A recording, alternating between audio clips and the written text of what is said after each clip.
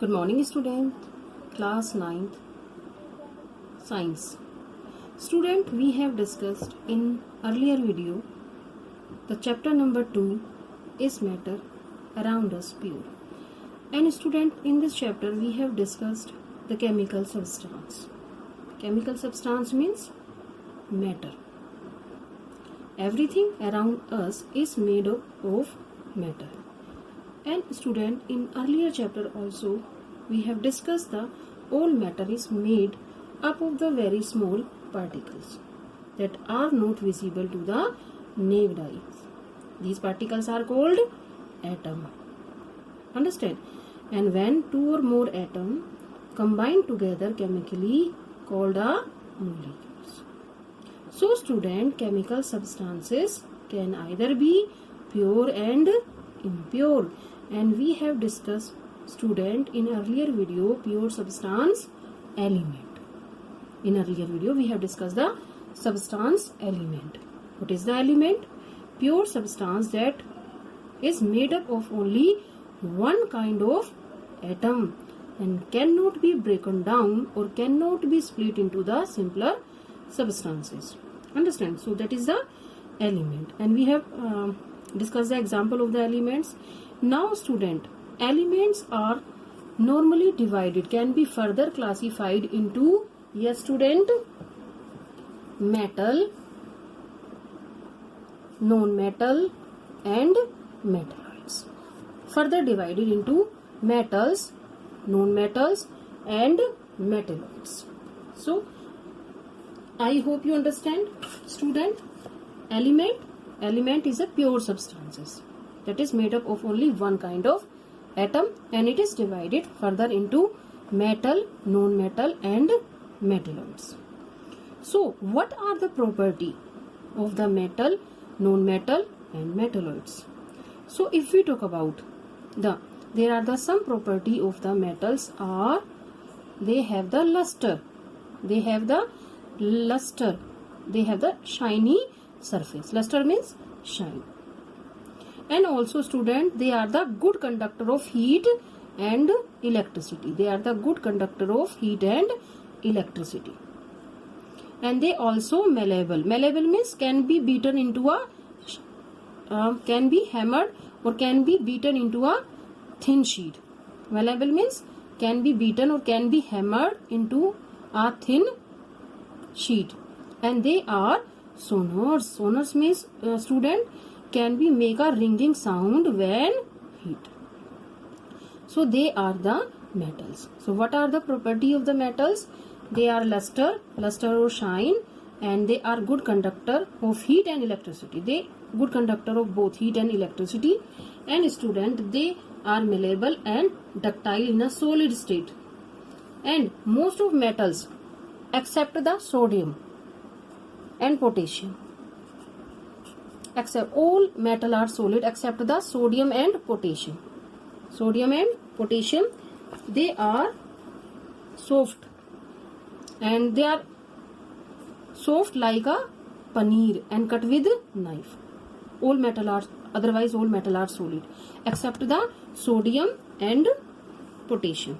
Sodium and potassium are the soft metal and like a paneer and cut with knife. Sodium and potassium, both sodium and potassium. Understand? And if we talk about the most metal solid in the room temperature except the mercury also.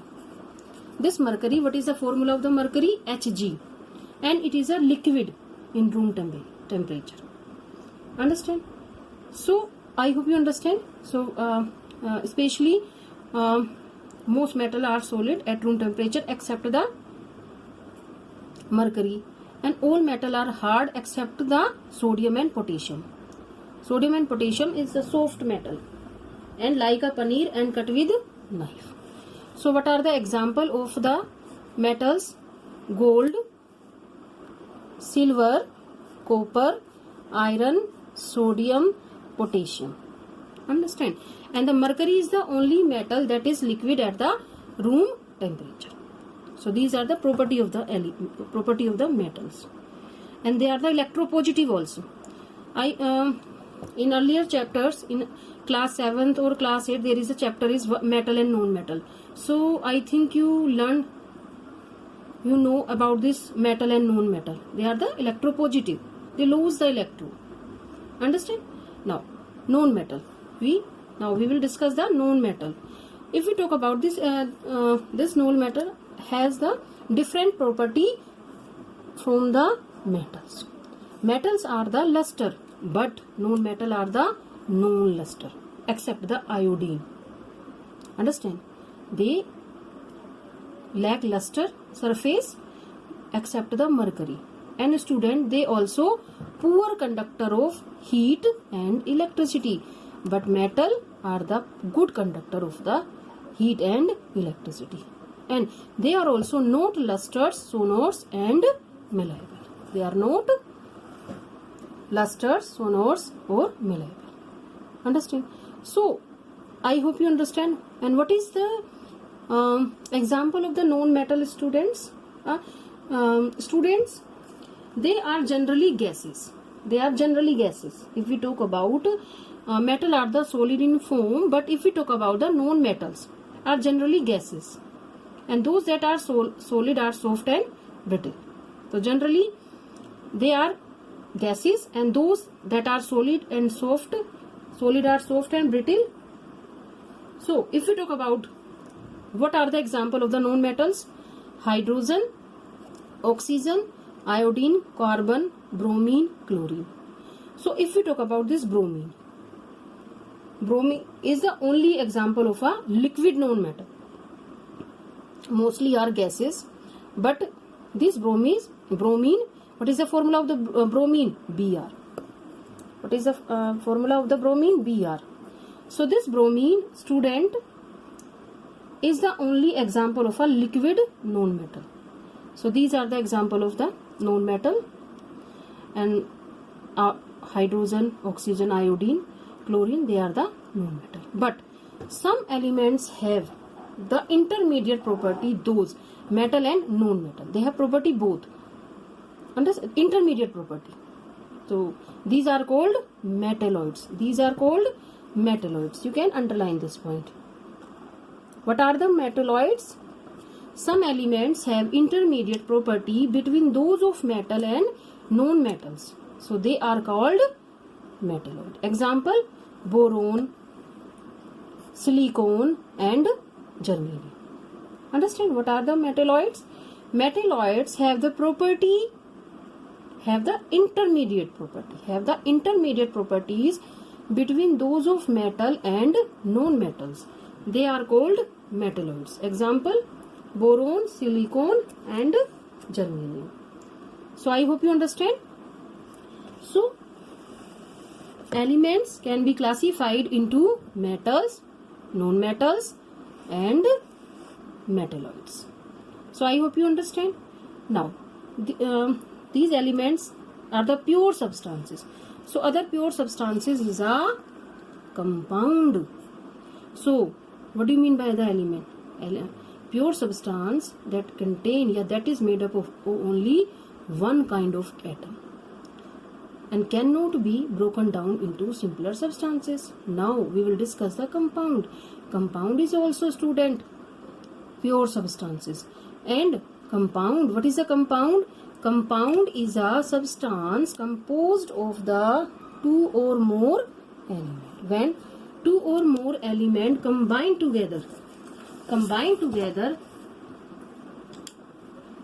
chemically combine one another in a fixed proportion.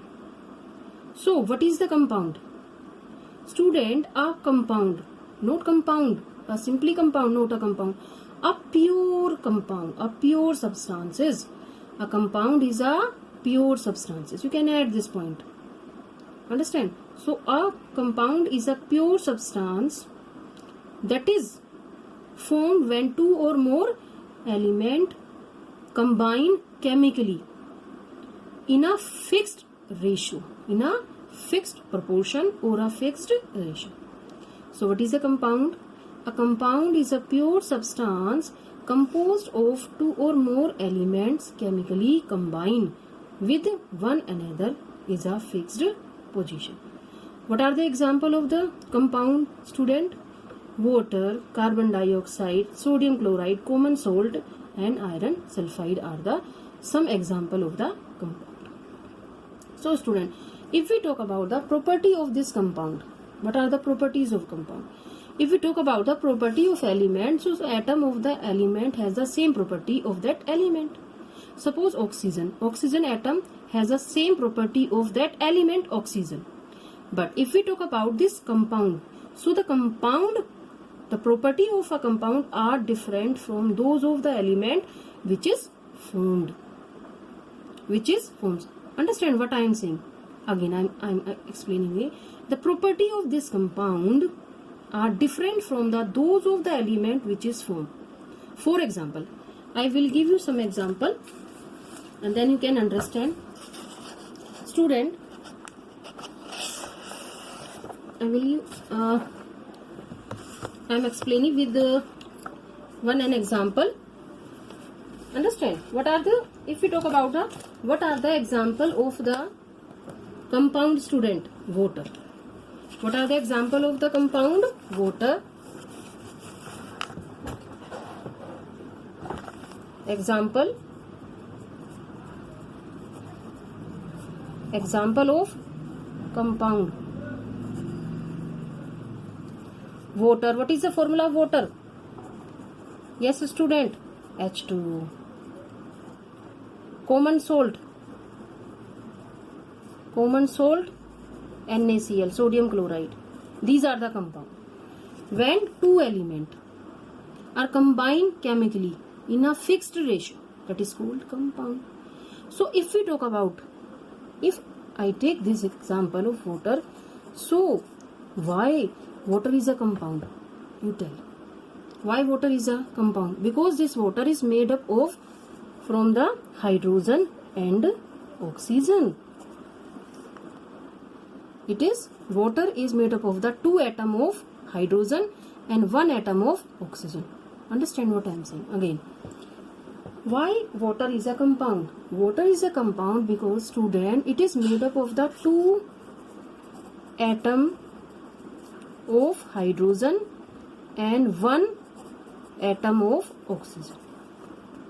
Understand? So I hope you understand. That's why it is a compound. And the property of this compound, property of this water is different from the hydrogen and oxygen also. The property of this compound water has a different property from the hydrogen and oxygen. See, hydrogen is a gas. Hydrogen is a gas. And oxygen also is a gas, but H2O is a water. You can see different property. How can you make this? H2 plus O2 H2. So you can see the property of this water molecules is different from the hydrogen and oxygen because hydrogen is a gas and oxygen is also a gas, but water is a liquid state. Water is a liquid state. You can see water is a liquid state. So that's why. Understand what I am saying? And another, you can see, if we talk about this hydrogen is a combustible. Hydrogen is a combustible. Combustible means a substance that burns. It catches the fire and burns with pop-up sound. You will study in 10th class, student. It is a combustible. It is a substance that burns. And oxygen, you know, it is a supporter of combustion. It is a supporter of the combustion. So if we talk about this compound, this water, student, it is neither combustible nor a supporter of the combustion. Understand what I am saying? So you can see this property of this compound is different from the hydrogen and oxygen. And if we talk about the element, so you can differentiate between the element and compound.